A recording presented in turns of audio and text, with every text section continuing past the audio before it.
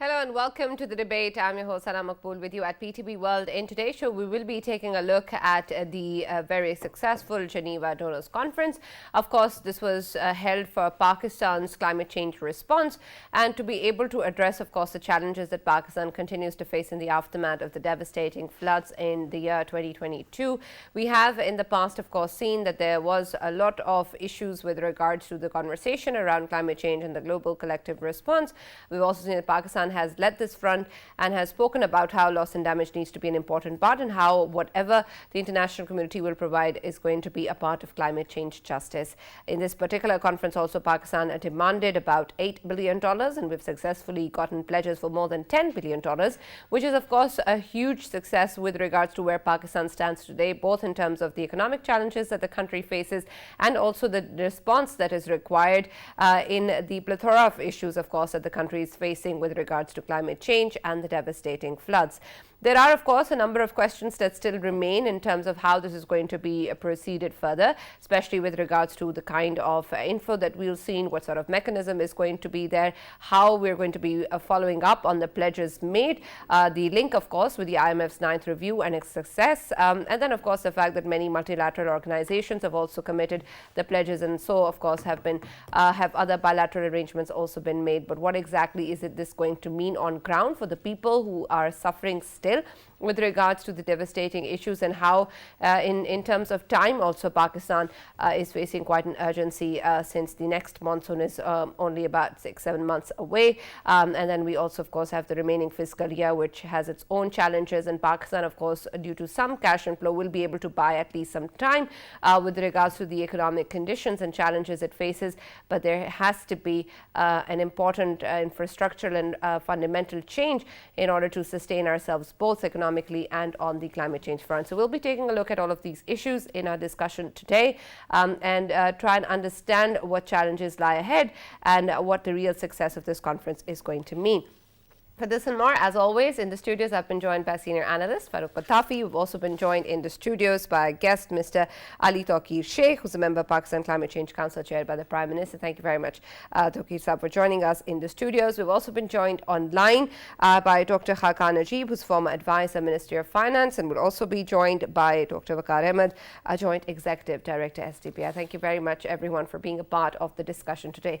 But let me start with you, Ali Tauqeer Saab, considering, of course, that this has been an important struggle in our efforts towards climate change and for the international community to respond to the kind of challenges that countries like Pakistan face, who are of course prone to climate-induced disasters, and we've seen the result of that, especially in the last year. And of course, the numbers that we've put forward, the gain has been more than that. So far, the pledges have been made as more than the number that Pakistan had earlier demanded. But what do you think will truly be, in terms of the kind of help that is required on ground, truly be a measure of success on that front when we take a look at what needs to be done post this conference? There are 3 measures of success that come to my mind. One is international. Let me begin with that. Pakistan championed loss and damage finance facility. Before that facility could shape up, this was world's first donor conference on climate change disasters meant to support people who are the victims. This is the first time. And the commitment is more than 10 billion. And this commitment is larger than the anticipated size of the loss and damage fund. Now, with this commitment, in some ways, the West has left the door ajar now that fund or no fund, they are sharing a responsibility of losses and damages in a developing country. So this is the first time they are extending support. If Pakistan does well, it sets a precedent for other countries as well to benefit from similar kind of situations whenever they face. So I think with this opportunity comes the responsibility on Pakistan to handle this amount and this transaction and this relationship well. Now coming to what's the second part? Second part is the taste of pudding is in its eating, how well we spent. And spending is a very, very big challenge in Pakistan. The throw forward in PSDP is almost 1.6 trillion rupees. which is several times larger than the actual size of PSDP. And this is because sometimes the finances are not provided, but oftentimes the funds are not spent. There are projects that have been going on for 10 years or more. So, one of the most important things this government would need to do, accept the need for reform, look at the internal systems and processes to ensure that within a year or two, this amount is actually committed, obligated and spent impactfully, judiciously, so that it's efficiently used. And the Prime Minister has committed third-party audits, so we have to ensure that our own internal systems are very robust, so that there is a credibility. Right. And third thing which I want to submit, climate resilience is a long-term process. It's a decadal process. One conference cannot give us success. So from today on, when the Prime Minister comes back and his members come back, we have to commit to start doing lobbying and hard work, that in 2 years' time there will be a second conference. So we have to make it part of our process so that it's seen as a first conference. It's a sustained process. So by year 2, we should be able to go back and report the success.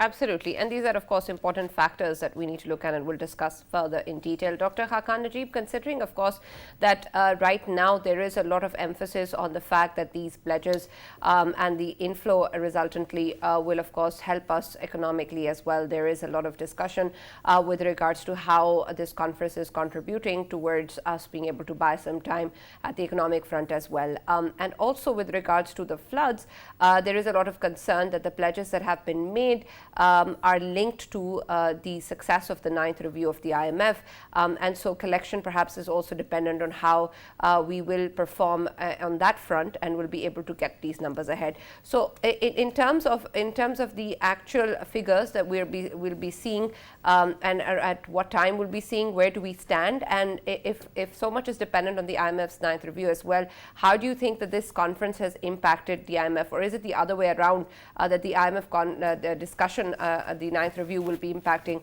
the number of pledges coming in? Sana, so that's the most important point that you've put forward. So let's see where the pledges have come from, and then we'll be able to clarify how this will proceed. See, majority of the pledges, as I've always said, will come from the multilateral partners and then the IDB. The World Bank having 2 billion, the Asian Development Bank having about $1.5 billion, and they've given you $1.5 billion in another facility, and then the IDB money of 4.2. So your major pledge is coming from here. Then you have the Saudi Arabia, which I keep separate from countries because our relationship is of a different level with Saudi Arabia, of course. And if you see Saudi Arabia, they have $1 billion pledge. If you look at the other countries, realize the extent of difficulty others are having to dish out money, because everyone's in a recession, rates are being tightened, economies are getting slow, but still thank you to everyone, whether that's UK, whether that's US, whether it's China, even Azerbaijan gave $2 million. So, it was a diplomatic initiative that went well, but again, the international architecture of IFIs has come to support you the most. Now let's link that with IMF. Whenever I've come on your program, I have said this for the past 12 months. Since the day Pakistan's reserves started going down and our current account started going up, I have been saying use IMF as an anchor, but we have consistently over the last 13 months now used IMF, but not that consistently. The 7th and 8th review happened sometime on the 29th of August. Should have happened earlier. There was a delay. Now the 9th review is getting delayed for more than 2 months.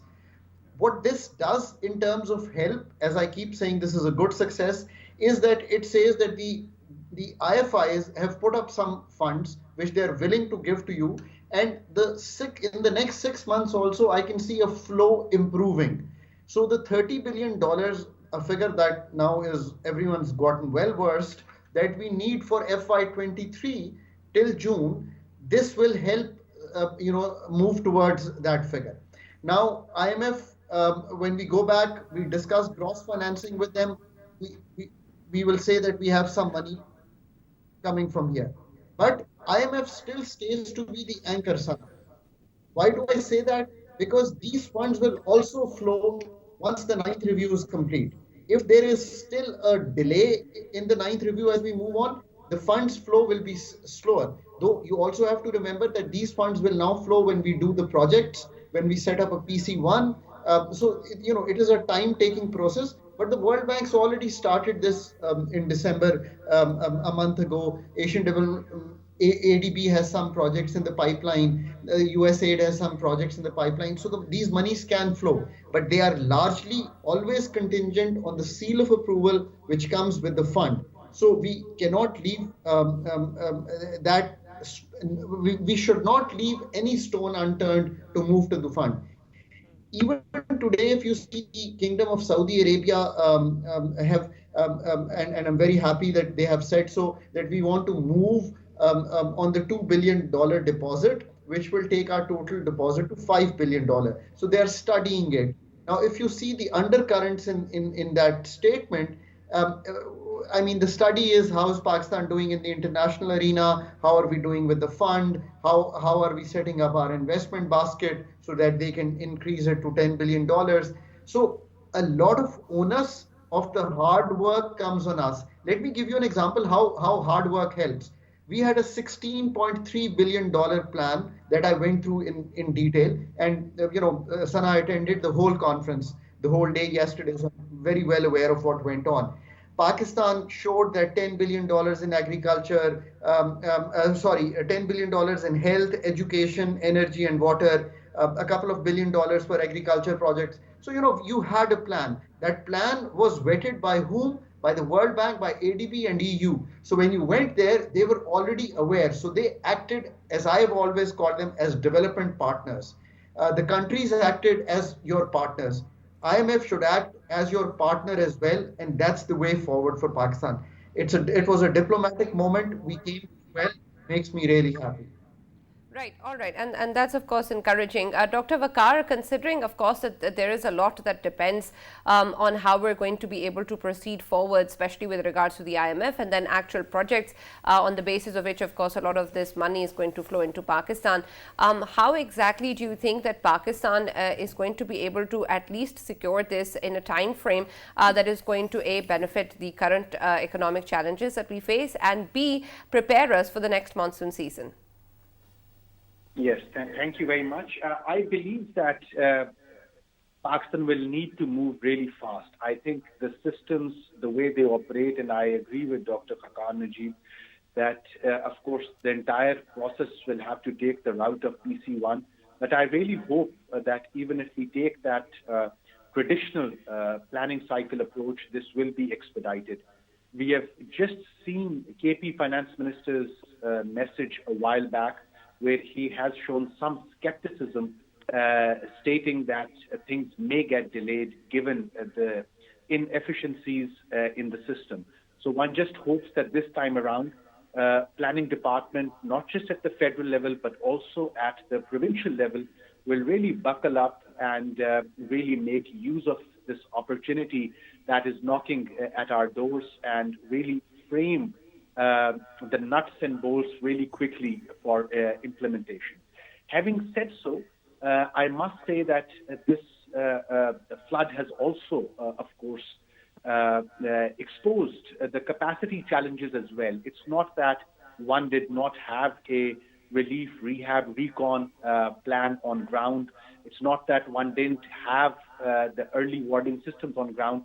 But the fact that those warning systems or the way relief had to be implemented didn't trigger, that is a cause of concern. And I think one needs to look more deeply into the structural issue of weaknesses in the local level capacities of the public sector. Because having this funding is just one part of the puzzle, but getting this funding across towards building local level capacities in addressing the next flood, which God forbid would be around the corner in 10 months, that local level capacity has to be built, and that is what the development partners would like to see. Right, absolutely. And that's an important aspect. But Farooq, considering, of course, that when we take a look at what the response has been in Pakistan in the past as well, we have pointed out earlier also serious challenges in terms of how we have proceeded or how we have faced other climate-induced disasters in the country prior to 2022 as well. And there may be a lot of lessons to learn at that point, and we may have come up with a comprehensive plan as to moving forward.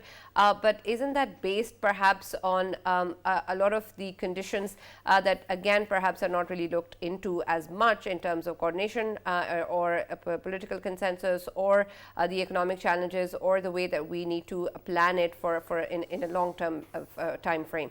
And so if those things are not there at the ground, how will we ensure that the kind of help that we're requiring from the international community will then be able to trickle down to the people who need it? Right, Sana, I hope you will allow me to actually comment on what was said earlier as well, because your concerns are very valid, right?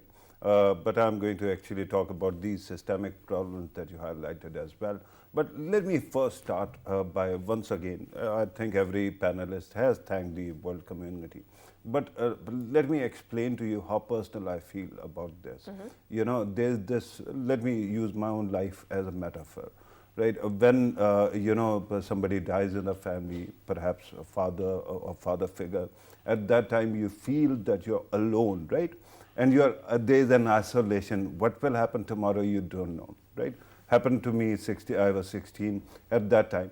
But then one by one, people around across the family and fathers then start actually coming around you, and you feel you are not isolated. You are not alone. The world community has shown the kind of leadership that we kept on suspecting that there is a possibility, but this time we have seen right from, as I pointed out yesterday as well, Antonio Guterres, then President Macron, and of course then the Saudi Prince, and we have seen how big a commitment is made by Saudi Arabia alone. But remember that there are three spheres of influence that we are talking about. One is West, of course, so it can be subdivided into America and Europe. Then there is Chinese sphere of influence, AIIB. And third is Islamic Development Bank, that is the Arab world, right? All three have played their part, and they have shown you the heart you would expect. So everybody who used to say that the country is perhaps isolated, it is alone, it is sinking, that is out of the window. Don't count the quantum of monies that are committed by individual country. Just look at what they have been through, and even then they are committing this. Even if somebody comes and says $500, I will be thanking them as well. And I think this is a big amount. Now, of course, next comes the responsibility. The Prime Minister has been very straightforward when it came to these issues, and I think, let me remind everybody who's watching that when flood relief started coming, there was this interactive dashboard that had to be launched. And the Prime Minister went to the ceremony and refused to inaugurate it because he thought that it does not provide the kind of transparency that is needed. It should be real time, and it should be updated to the granular level. So even from our end, at least the federal level, I think there is commitment. Then we saw that whole of nation approach. While the cabinets of the federation and provinces were there in Geneva arguing for the Pakistan's case, at that time also Army Chief was also present in Saudi Arabia. There he was also arguing for Pakistan, right? Right now he is in UAE. So all this leadership, I think this reminds me of Marvel's, Avengers, that all the team came together and it was a dream team. So that is great thing. Now let me talk about the bottlenecks. I think the biggest bottleneck perhaps is, overlooked so often. We keep on talking about PSDP, we keep on talking about provincial ADPs. We don't talk about the actual grassroots level. There has to be a third tier of government that is supposed to implement everything. When it does not happen, who is there? It is unelected, bureaucrats. And because of that, perhaps certain have certain capacities, certain don't. And in the end, because it is going to be influenced by politicians, especially who are not even sitting in the city, they are either sitting in Punjab's case, Lahore or Islamabad. Because of that, they hardly have any understanding of how it should be implemented. So we'll have to redo and re-rig the entire system of how we disperse and how much transparency there is needed. Is this possible, Sana? I think it is possible because, as I said yesterday, it is a life-changing moment.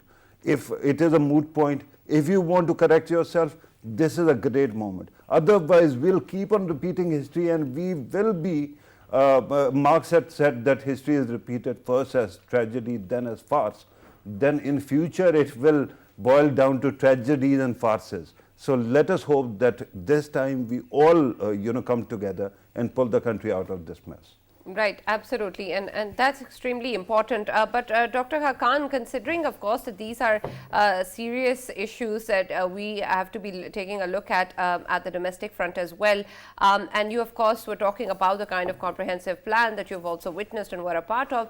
Are these issues also taken into account, especially when we talk about issues of transparency, allocation of funds, and then, of course, the way that different regions are going to be taken into account, and it's going to then, of course, bring in people who are going to be mobilized at the grassroots level as well. Is all of this ready in terms of how Pakistan is going to be proceeding once we do have the money coming in? So, of course, all these projects have to be considered. They have to be have a what we call in the government PC1, and then these projects have to be passed through CDWP depending on the amount, or the ECNEC, and then the rupee cover has to be created, and then the dollars flow in. So that's the process. In that, of course, when I look at the plan, the devastation is obviously more so in Sindh than it is in Punjab. So lots of more projects would go towards Sindh and KPK, of course. So they should not have concerns. But, there are 5 governments in Pakistan. I've always said, we have to remember all these 5 governments have to work together. I mean, without going into what Patafi Saab rightly said, on the lower level, there are 5 still at the macro level, there are 5 governments in Pakistan. So all these 5 governments have to work together to make this move forward. Another very important point is the rupee cover. You see, Sana, you also have to remember that we have also committed that $8 billion comes from abroad. We will spend $8 billion from our own money, besides creating the rupee cover for the $8 billion that flows from the outside. So let's say if we were to even spend $1 billion to $2 billion a year on the flood victims, on constructing those 20 million houses, on constructing the 8,000 kilometers of road, on constructing the 2.6 million children who are out of school. So that still needs another, 3 to 500 billion of our spending. So of course, the task in front of us is enormous. One should never forget that. Our capability to do all that is limited, and one should not shy away from saying that that capability has over the decades not enhanced to the level that one would like to see. So now when we have these monies, we can have good project directors, we can have a good private public partnerships, we should have a better railway mechanism, we should have better electricity projects, we should have better donor coordination, which EAD should be doing. So all these things would have to come together if we really want to see benefit to the 33 million people hurt and still 20 million people displaced. And I keep saying to the world also that this is a huge number. I mean, this is larger than the size of the countries. But at least this process has begun. Yes, we have seen 2010 floods. The follow-ups were probably not as strong. But today, it is what gives me more hope is that this is now combined with the new kind of infrastructure that we want to think about, which is climate resilient infrastructure. That's the other success, that our mindset has now changed. We are looking to be more preventive in the way we set up our lives. And so one hopes that all this work will be seen in the next 3 to 5 years, and then there is a longer term thought also, which hasn't come through that well, of another couple of $1 billion that we need to do. And I think that will be the second phase. Dr. Khaqan, I know you have to leave, so I'll ask another question from you, and that will be my last. Considering when we take a look at the issue of the IMF review, and we earlier discussed how important that is going to be to these funds as well, it's also important in a way that we're looking forward in almost anything that we're planning to do. And because of that, of course, it puts huge question marks on the kind of measures that is being claimed that need to be done. You, of course, mentioned yourself that it's been delayed for so long. What do you think is the possibility of this being delayed further, whether or not we're going to be expecting anything in January? And what do you think will be the cutoff time for us if it's going to be delayed even further from that point? Because then, of course, we'll have to perhaps take some more drastic measures, or what exactly will Pakistan be able to do at that point? And also whether or not the meeting on the sidelines of this conference helped in any way towards us securing this. Of a Pakistan, of a country in a balance of payments challenge, hold reserves of less than a month to support our imports, an untenable position. Pakistan should not have been here, but exogenous and endogenous from how we have political instability and change of government, and then a government taking office, and then going with these affairs. I think we in January should see a staff level movement with the IMF. I think the government has in its mind clarity on the changes, and let me put those changes so that and support any incumbent government at this stage to make those changes. There's a change in electricity prices, there's a change in gas prices. There is a certain movement of letting the rupee come to a level which reflects today's fundamentals, today's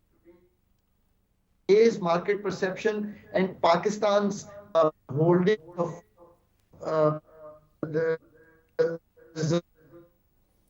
loss of revenue that we've had because of a drop in exports. So I support the government to make these changes. These are the right calls to do. If I was advising the government, even if the IMF was not there, the kind of circular debt buildup that we are seeing in the short run, make these changes, go ahead with the government. And I leave you with the last thought, why I say this. Just look at what is happening with the wheat shortage, a little bit of thought process that there is a shortage. We are importing. I don't think we have shortage till April. But look at the kind of supply constraint causing a disruption in the market. We don't want that to happen. We don't want to go that way. So let's move with them so that we get the dollars in, so that we can import the necessary stuff for our exports and get moving. All right. Thank you very much, Dr. Khaqan Najeeb, for taking the time out and being a part of the discussion. Let me come to you, Mr. Ali Tauqeer. When we take a look at the situation, there is, of course, a lot in terms of what we're talking about, the challenges that exist at home and the way that Pakistan needs to proceed forward in terms of its action plan. And I believe, of course, that plan has been made in a comprehensive way. But I want to understand that whether or not there is any emphasis also being laid on how exactly that's going to be executed and what is the structure that's going to be followed. There are, of course, multiple avenues that are being looked at, and perhaps multiple institutions that are considering these action points. And so how will all of this be incorporated and coordinated with, especially when we talk about of course, the Pakistan National Climate Change Council, or the Ministry of Climate Change, or the disaster management, and others who are interlinked with the way that we're going to be able to respond to these challenges? Do we also have an infrastructure ready in terms of the execution plan that needs to be carried out? That's precisely the challenge that we have. It's a very complex federation. Different political parties rule different provinces, and their relations with federation go up and down on different issues. But the challenge is more serious than that. The challenge is, and I have said that earlier, we lost about $10 billion because the roads were washed away, and the bridges were washed away, and power stations were washed away. This means that the government's own infrastructure was not resilient. And why it was not resilient? Because the standards have not been upgraded for construction. The regulations have not been improved. Because the material used are not right. because the locations is not carefully selected and it was oftentimes in the passageway of water. Therefore, I think reform is the answer. First of all, government needs to upgrade its own standards. The Engineering Council and other, we have sufficient capacity. It's a dormant capacity, underutilized. They are sleeping and they are lethargic. Ministries and departments exist to upgrade these standards. Now, once that is done, then we'll have a better degree of confidence that next time a flood comes, our infrastructure will not be destroyed. It was $10 billion. Another $10 billion roughly we lost on account of housing. Now, if the similar flood was in Islamabad, we wouldn't have lost our homes the same way. Why people lost? Because the materials are not right, the location was not right, and so on and so forth. That means regulation and standards need to be enhanced. Now, that also requires not lots of money, but lots of focus on what needs to be fixed. Name of a business right now is reform for government to gear up. I want to mention two things. Probably 95% Pakistan's infrastructure is designed by NESPAC, FOW, NLC and others. They are all government sector private companies. Obviously, they have become lethargic. They have not upgraded themselves with the international standard, and effectively we have elbowed out private sector. So, one element of reform would be that government should give chance to private sector to get engaged in construction of our infrastructure. That will help us speed up also, because they have become not only lethargic in terms of standards, but also their capacities are limited. They cannot be engaged in construction in Balochistan and Sindh and KP at the same time. So, private sector engagement is. I want to come to this point that Farooq made. I think that's the heart of the entire conversation. And this is the right time to raise that issue. Where is the local government that is supposed to implement? Climate vulnerability is essentially a very, very local issue. And only local government can handle that. Only local government knows that if this road is widened, there's a storm passage that will get covered. Even if my driver or cook is a Nazim in a village, will know much better that which community is in low-lying area it will get flooded. I don't need PhDs there. So, I know their capacities are limited, but for the decision making on resilience issues, they are the best forum. And right now, Supreme Court is also pushing.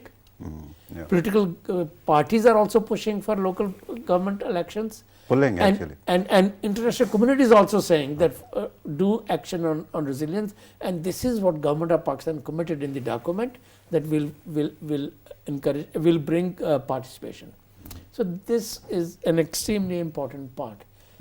One more part. Government should not think about its own capacity building. Whenever we say a project, they say invest in our own capacity building, and that capacity building is government departments and ministries, departments in provinces and ministries here. There are stakeholders out there also, which is local governments, which is universities, and that is architects and that's engineers. They all need to be sensitized and brought into. We need to learn how to spend fast. Build back better failed last time when we had the earthquake. And now in Pakistan. Just to be clear, we are not talking about the US. And now the debate has moved forward from there. Now it is build faster, stronger and faster. Stronger means resilient, which essentially means we cannot afford that a certain percentage of this money is underspent by the end of a year or two. So, we have to accelerate how to spend fast with accountability. And we are not always geared. And why we are not geared? Because we have spent our spending machines only to planning departments in 5 provinces. So we highly centralized. So, we need to think anew about this. If we spend fast and purposefully, I would think that this is the first installment of global support. So, by the time I am ready to go back to this forum in 2 years' time, I can have another shopping list on which I could go back confidently that, look, I'm not only a victim, I'm a hero because I'm taking action and I'm protecting my infrastructure and people. Sheikh Sahab, I just wanted to add one footnote to what you said. You earlier said regarding reform, you mentioned engineering council and bodies like that. And I was wondering who is going to belt those cats, because reform in itself is very, very time-taking and energy-taking process. And then there are these monopolies, these systems which are not that transparent and very powerful. So that becomes a problem as well, right? Right, absolutely. And all of these factors, of course, need to be taken a look at. Dr. Vaqar, I'd like you to comment on this as well in terms of the way that we want to proceed forward. The kind of challenges that Mr. Ali Tauqeer Sheikh is pointing out require serious considerations in terms of the kind of action points that Pakistan will have to take in order to also ensure the kind of credibility that we want to secure, and to make sure that the claims that we're making in terms of our plans and in terms of the money being spent is not something that can be refuted at any other level or any other conference. And how exactly do we go about it? But also add to that in terms of the way that we want a national response or a climate change strategy moving forward. How much of this do you think is there as a national response to these issues, in the way that the people or the media are concentrating on the fact that when we take a look at issues around climate change and the conversation about climate change, it is in fact a priority? Because of course a lot of the discussions around the conference was also centered around money or cash inflow and linked that to the economic challenges. But it's far more than that in terms of climate change being taken seriously, especially when we talk about energy conservation measures that are not only required at a government or public sector level, but also at a household level. Yes, thank you. I think we have the experience of implementing programs on a fast-track approach.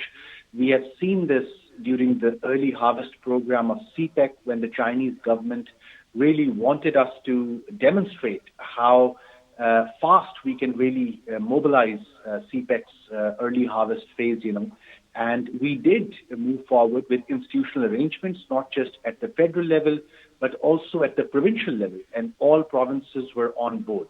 I believe that similar kind of approach is now required towards DRM, disaster risk reduction, disaster management going forward, given that Pakistan is a country prone to such disasters.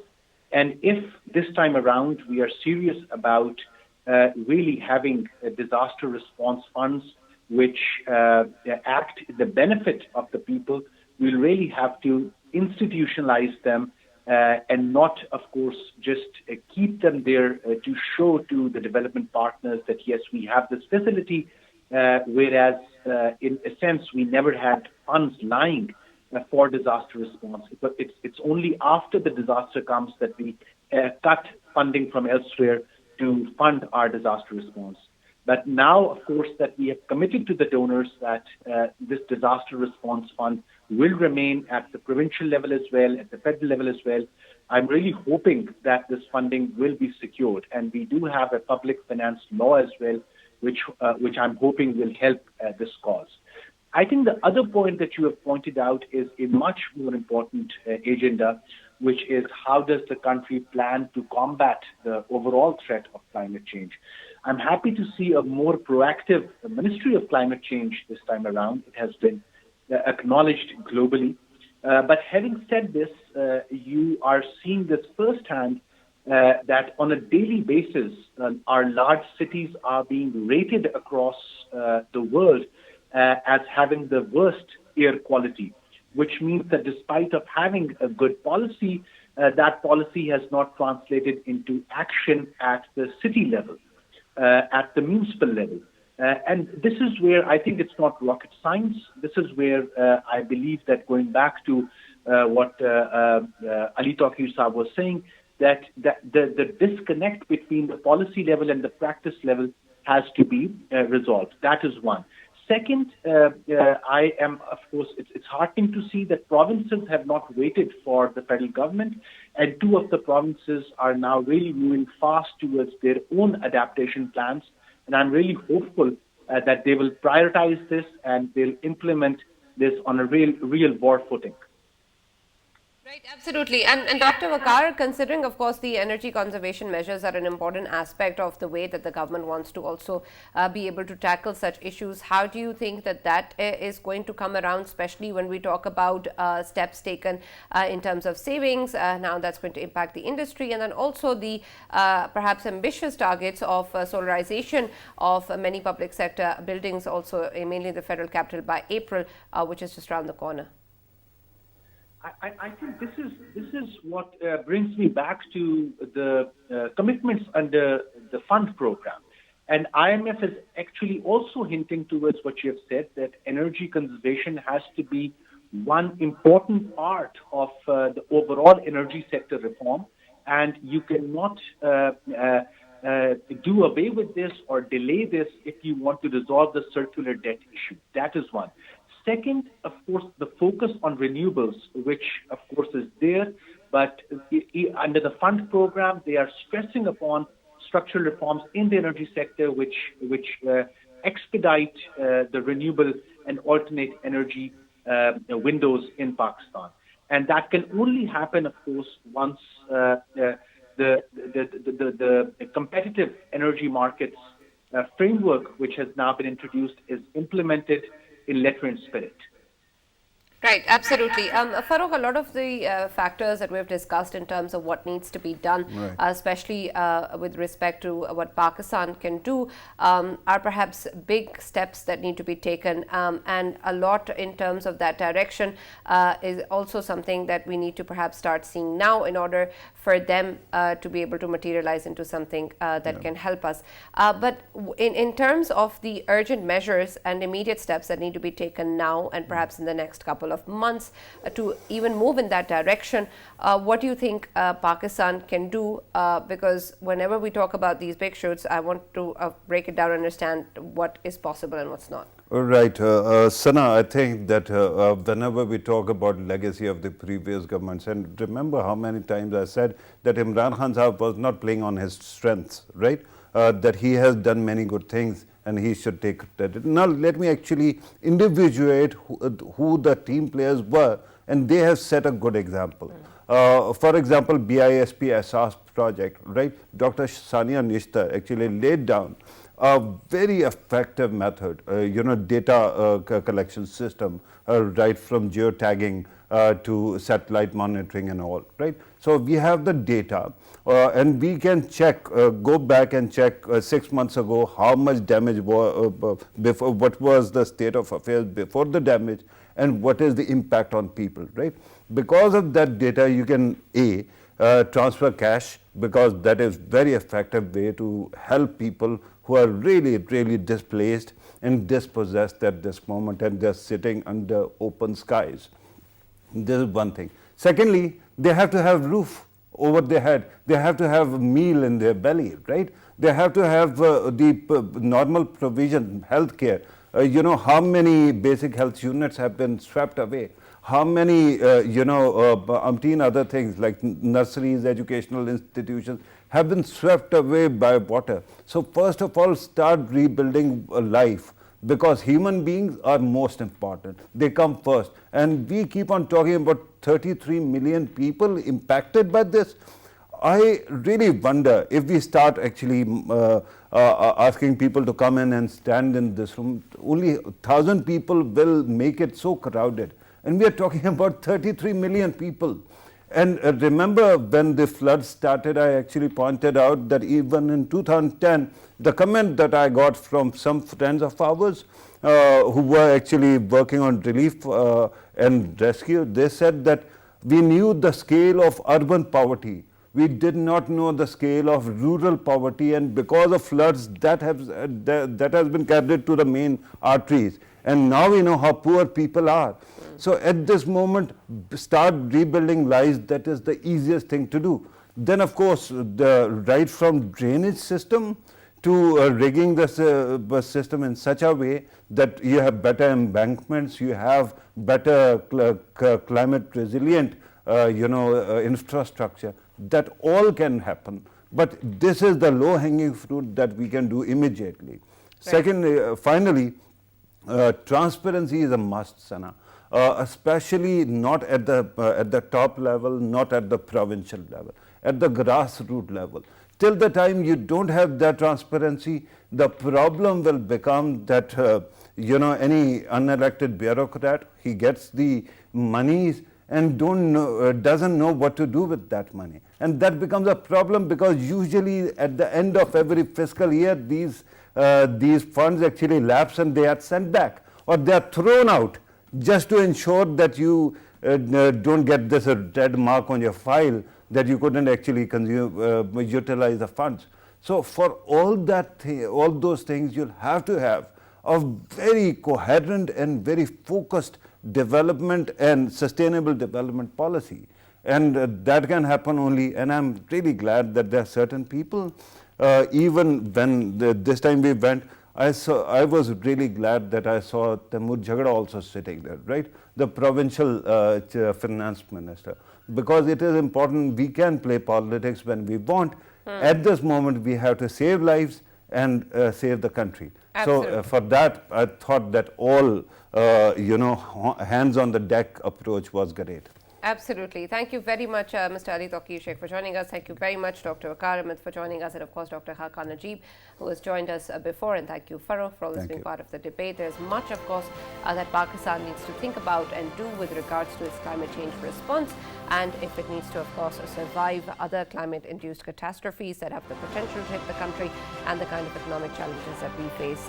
It's a victory for now in terms of what we've achieved at the Global Geneva Conference, but in terms of this actually materializing into success and victory for the people on ground, there needs to be a serious look inwards. That's all that we have from the debate. We'll see you tomorrow.